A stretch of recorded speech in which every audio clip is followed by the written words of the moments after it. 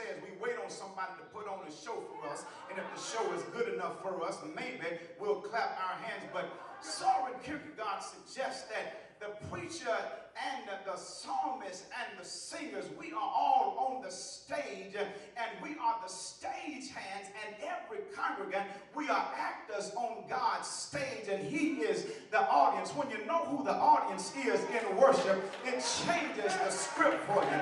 See, when you think the script has been designed for you, you are waiting on someone to fit your fancy. That's why we sit back and critique the worship as if worship is about us. Well, if we critique the worship as if worship is about us, we are then taking the place of God, because then we are saying worship ought to be unto us. But when I understand how it really works and who worship is unto, the script changes for me, and I understand that worship is really not about me. Therefore, I ought not be doing anything where attention is drawn unto me, but I ought to do everything where the attention is directed to God. But too many of us, we have a horizontal perspective of worship. We want it to be all about this, but it ought to be all about this. When we get the horizontal out of place, it messes up the vertical. But when we get the vertical right, it means this: you don't care who's sitting next to you. You don't care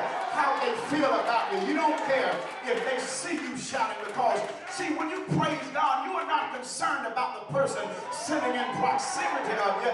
You are concerned about the one who is sitting above you. And when worship is in essence authentically done unto God, you can't help but shout unto God.